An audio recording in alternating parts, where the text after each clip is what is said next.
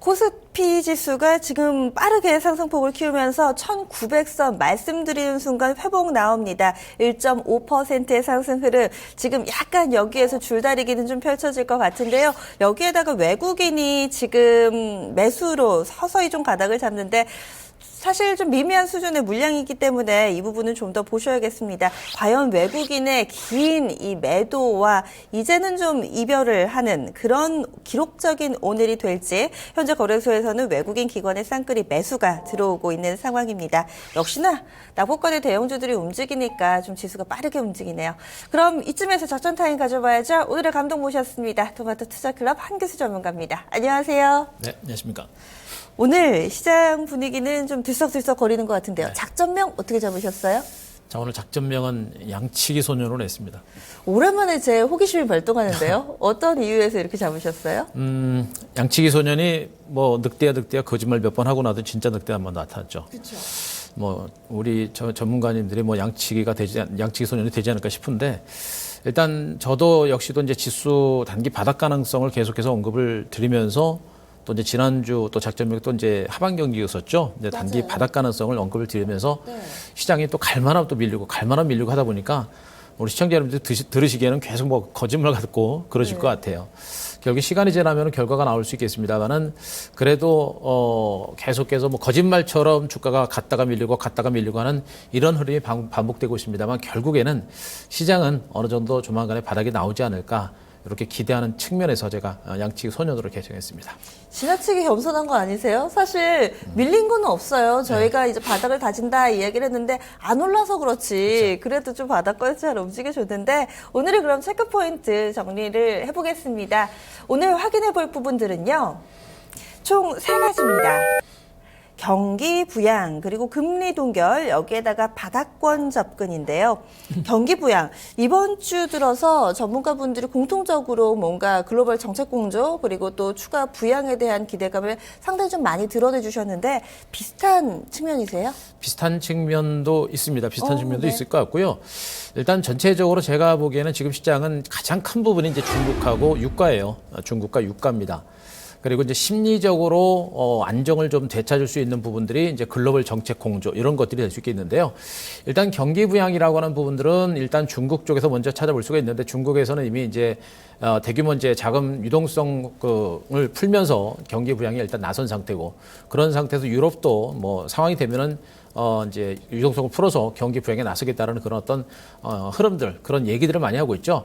이런 어떤 일련의 흐름, 일련의 정책과 이러한 언급들이 시장에서는 투자 심리를 굉장히 안정시키는 그런 호재로 작용할 가능성이 분명히 있는 겁니다. 그래서 현재 우리는 시장 자체가 조정을 받고 굉장히 뭐 시장이 붕괴되지 않을까라는 그런 공포감에 많이 있는데 그런 공포감을 계속해서 희석시킬 수 있는 부분들이 바로 중국과 유럽을 중심으로 한 경기 부양 가능성 이런 것들이기 때문에 이런 것들이 투자 심리를 상당히 안정시키는 그런 재료 역할을 할 수 있다. 이런 것으로 보시면 될 것 같습니다. 그럼 두 번째 금리 동결 아무래도 FOMC 얘기신 것 같아요. 그렇죠. 이번 주에 FOMC가 열리는데 이제 미국의 금리 인상 건에 대해서 이제 시장에 관심이 많습니다. 이번 FOMC는 굉장히 의미가 커요. 올해 전체적으로 이제 미국 금리를 뭐 세네 차례 걸쳐서 인상할 것이다라는 전망이 지난해 연말을 중심으로 많이 나왔습니다만 글로벌 경기가 부진하면서 금리 인상 가능성은 상당히 줄어들었다고 보시면 될 것 같습니다.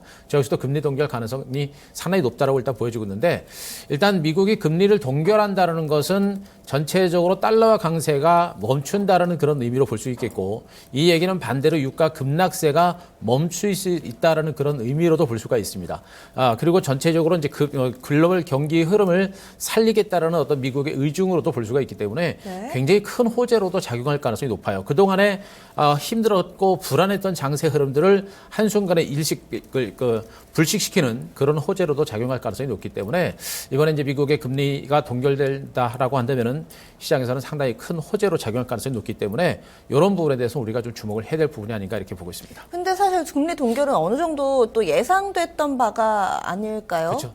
그러면은 또 효과가 제한적일 수도 있잖아요. 그렇죠. 제한적일 수는 있는데 아까도 말씀드렸습니다만 지금 증권 시장이 제일 힘든 부분이 이제 중국하고 유가죠. 근데 금리를 일단 동결시키게 되면 달러 강세가 멈추게 되고 그렇게 되면 유가 하락세도 상당히 진전될 수 있는 굉장히 긍정적인 효과가 나옵니다. 또 한 가지는 또 역시 미국에서 이제 금리를 동결한다는 것은 글로벌 경기 흐름 불안감을 잠재우겠다라는 그런 의미로도 될 수가 있어요. 그렇기 때문에 바로 이제 미국, 중국을 중심으로 한 경기 침체에 대한 우려감들도 어느 정도는 조금씩은 좀 잠재울 수 있는 그런 역할을 할 수도 있을 걸로 이렇게 보고 있습니다.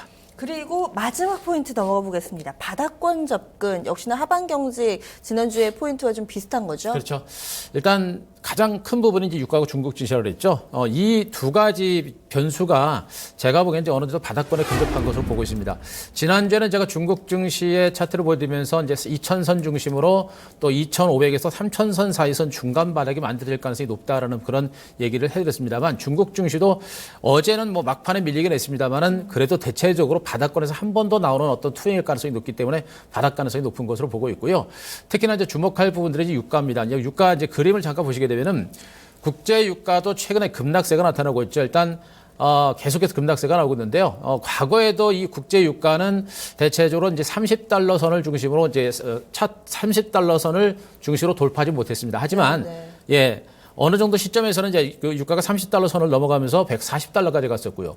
그 후로 유가가 떨어지긴 했어도 대체적으로 30달러 선은 굉장히 지지를 받는 강력한 지선 역할을 해왔었죠. 바로 그겁니다. 지금 현재 위치에서도 30달러 선이 뭐 일시적으로 무너질 수 있더라도 대체로 30달러 선이 거의 바닥이 될 수 있는 가능성이 굉장히 높은 게 아닌가라는 그런 판단을 좀 하고 있습니다. 물론 여기서 유가 급등은 쉽지는 않아요. 뭐 일시적인 반등이 나오기가 일시적인 반등은 나오더라도 추세적인 반등은 쉽지는 않습니다만 미국의 투자은행에서도 연말 유가가 60달러까지 간다는 얘기도 이제 전망도 한번 내놨었죠.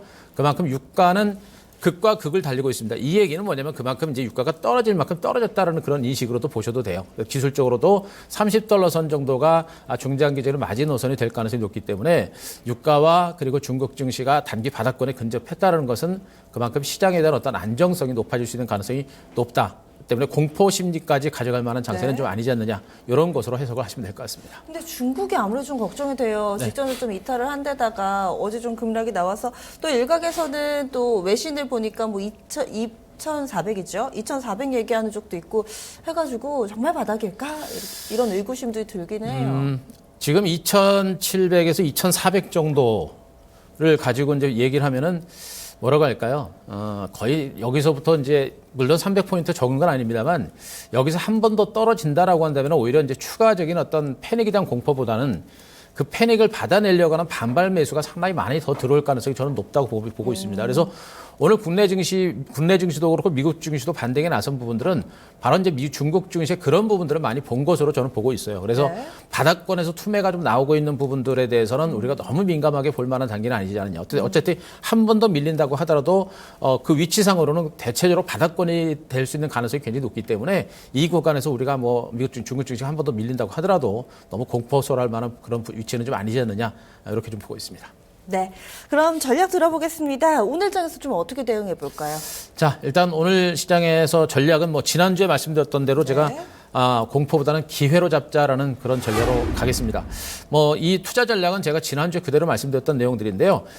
계속 그 지난주보다는 시장 분위기가 이번 주가 훨씬 더 좋습니다. 더 안정된 그런 흐름이고 코스피도 바닥을 이제 쌍바닥을 좀 만들어가는 그런 과정이기 때문에 공포 구간은 어느 정도 지나고 있는 것으로 보여지고 있기 때문에 공포보다는 기회로 좀 기회로 만들어가는 전략이 필요할 것 같고요. 역시 이제 지수보다는 이제 역시 그다음에 종목 쪽으로 포커스를 계속 맞추시는 게 좋을 것 같습니다. 코스피 지수의 기술적인 반등의 폭이 얼마나 될지는 좀 봐야겠습니다만 대체로 일단 1900선 위에 일단 안착만 해준다라고 한다면은 심리적으로 많이 좋아질 거로 보고 있고요. 유가가 좀 더 올라가지고 중국에서 어떤 부양 대책을 좀 내놓는다라고 한다면은 조금 길게 보게 되면은 뭐 1950선 부근까지도 갈 수 있는 가능성은 좀 있지 않느냐. 요 정도까지 보게 되면 시장은 굉장히 안정이 될 것 같습니다. 그래서 그러나 역시 이제 지수 쪽을 보게 되면은 우리가 이제 수익을 내기가 쉽지 않기 때문에 이제 변동성은 여전히 있고 여전히 중국과 그다음에 유가의 변동성이 워낙에 크기 때문에 또 하루 자고 나면 예측이 쉽지 않아요. 그래서 지수 쪽을 보는 것보다는 철저하게 기업 가치를 중심으로 해서 종목을 보는 게 좀 안정적이지 않을까라는 그런 판단을 좀 볼 수가 있을 것 같습니다. 자, 그래서 전략적인 측면에서 공포보다는 기회로 그다음에 이제 종목에 대해서 좀 접근한 전략을 좀 말씀드릴 수가 있겠고요.